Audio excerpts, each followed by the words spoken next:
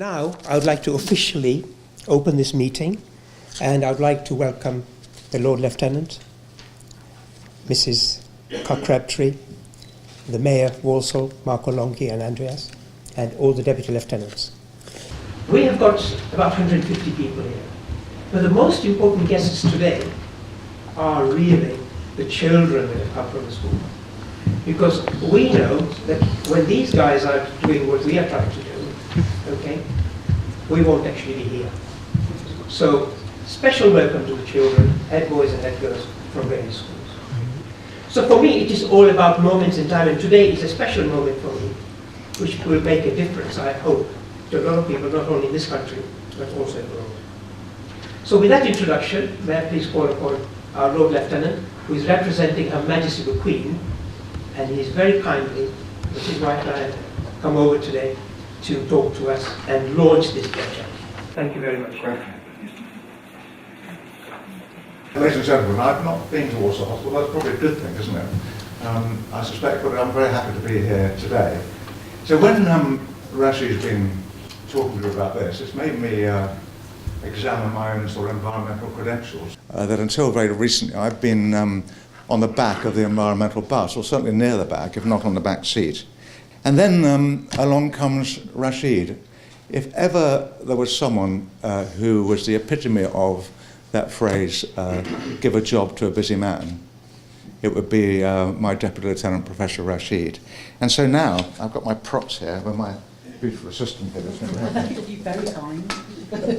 So these things here, now, these are a part of as much a part of my daily life as my wallet, my car keys, my mobile phone, and they go with me everywhere, thanks to Rashid, frankly.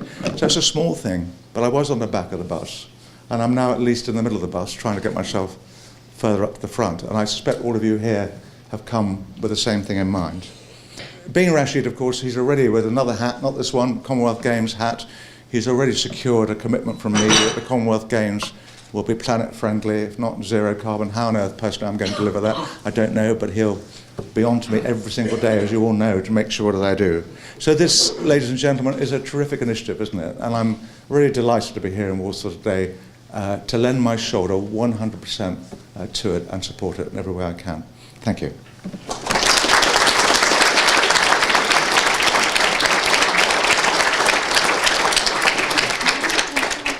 Ladies and gentlemen, the message is very clear, but all this happened after a rude awakening about the dangers of plastic that we have.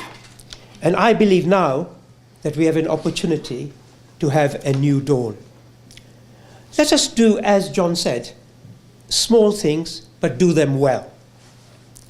Single use of plastic will not be eradicated in our lifetime, and perhaps indeed our children's lifetime. But all we have got to do is give it a good go and try our best. With the scourge of plastic, our lives and those of our future generations are at stake. So our default position has to be to ensure that everybody, not only in Walsall, but in this country and beyond, realizes this. In order to achieve this objective, we need to unequivocally commit ourselves, both individually and also collectively, and we have to build trusts and systems with help of technology, and learn and educate people and disseminate information, not only locally, but also regionally and beyond. Therefore, we need to tackle plastics head-on with a sense of purpose and resolve. This is our time. We need to seize it with urgency and not look back. As with everything in life, yes, and I should know because I've taken on lots of projects in life, sometimes you must hurt in order to know, fall in order to grow, lose in order to gain. But one thing is certain, we have done something today that cannot be undone, and there is no doubt that we as a team are much more informed and knowledgeable than we were a year ago. As human beings, we are inherently all good. We need to have a prophetic spirit to eliminate the shadow of plastic educate ourselves, which I think is so important, and also our children, so that they can educate their parents, because we all want the same thing. In short, we have to think and reflect on our own behavior. In fact, we should become global citizens. WASUP should become Wolverhampton against single plastic. It should become West Midlands against single plastic. It should become Wales against single plastic. And why not world against single plastic? It can be done. But we have to start somewhere, and we have to have local champions that do something bottoms up rather than a top-down approach, which is what we are trying to do today. And I wouldn't be here today if it wasn't for this huge support that I've received from many of you. So all this really is not about showing off that we've done our bit, but it's something far greater than the trappings of privilege that we enjoy today ourselves, which puts us in a position to be able to do something when most in the world can't. This is something that we can do, and others won't or are not in a position to do. It is completely about embracing a common humanity of all the world's citizens. We build a world where we are doing something for that someone who happen to be our future children. We will never know what impact we've had globally, but we do know that we did all this because we had the courage to step up when we realized the dangers of plastic.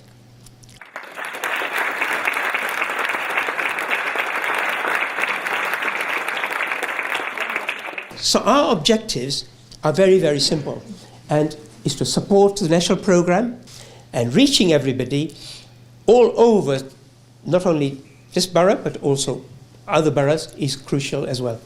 But more important than anything else to me, over the last year, has been the education. I was 0, but now I think my learning curve has been not exponential, it's actually been vertical. Something interesting has happened in the last 4 weeks, and that is crisps. 8 million packets a day of crisps a day are produced by walkers. Those all find their way into the ocean eventually. And walkers are working with a company called TerraCycle, and TerraCycle from January this year can actually process, recycle this plastic. Now the interesting thing for schools and all organizations is that we have a box from TerraCycle. They'll send it to us free. 400 packets, you can send them back free to TerraCycle. So it's a win-win situation. So crisp packets is something we can concentrate on, because that's a big scourge. And what I think we should do, perhaps Walsall Council should do, is work with schools, and we can have a huge impact on what we are doing. So when the stuff reaches the oceans, the plastic eventually is broken down into microplastic. And microplastic is anything that's 5 millimeters or less. And it is this that actually is eaten by the animals. It is this that is in microbeads. Microbeads also got plastics in it. And we won't realize that the stuff that ladies particularly use for cleansing, and we use toothpaste, that has got microbeads in it. So there's lots of things that we use that has got plastic in it. Walruses, they've eaten mussels, and mussels have eaten planktons. Planktons have eaten plastics. So in the end, it reaches certainly the animal food chain. And eventually, it will reach us. And that's where the problem is going to be.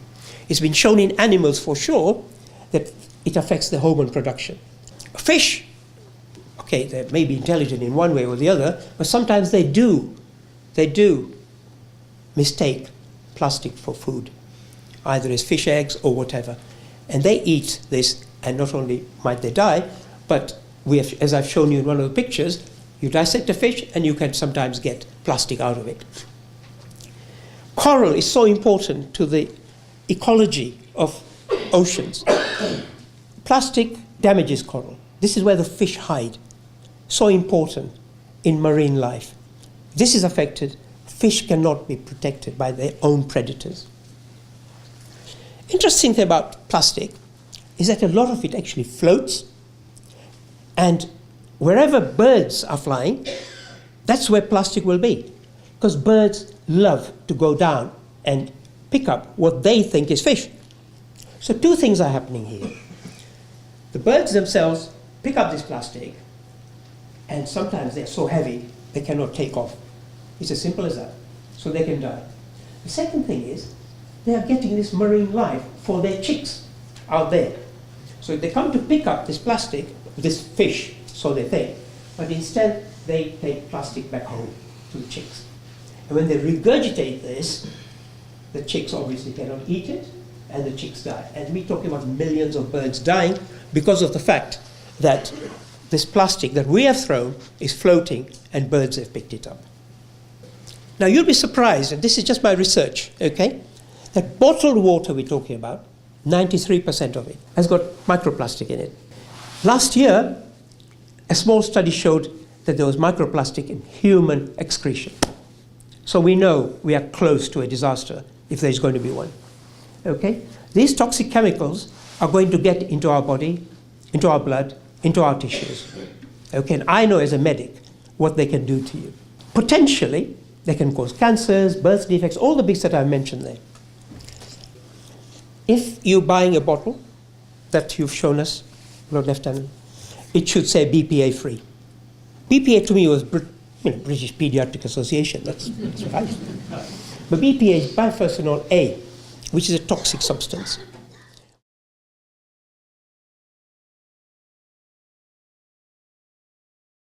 So facts about plastic. 50% of what's in the ocean is actually single-use plastic. You can say 1 million a day bottles, 1 million a day cups into the ocean. Sadly, only 11% is recycled around the world. By 2050, there'll be more weight by weight plastic in the ocean as there will be fish. Just a brief sort of summary of these are the recyclable items. Interestingly, ink cartridges, envelopes with plastic windows. I used to ask myself, shall I actually remove this and put it separately to the actual paper bit? Envelopes with plastic windows, recyclable. Okay? And those are the other items that I've told you. Okay. Interestingly, you can save a fir tree by just getting all your newspapers in a stack. Corrugated cardboard apparently has got a high value when you sell it for recycling. Interestingly, my education now tells me anything that's greased up, anything that's contaminated, and you put it in a recycle is not going to be recycled. So we actually clean things up. In this set of items, sellotape sticks out to me as being not recyclable. The interesting thing is we've just had Christmas, and we might have thought we were doing a good thing by having this paper being put into recycle. If it's got sellotape in it, not recyclable. It's contaminated already.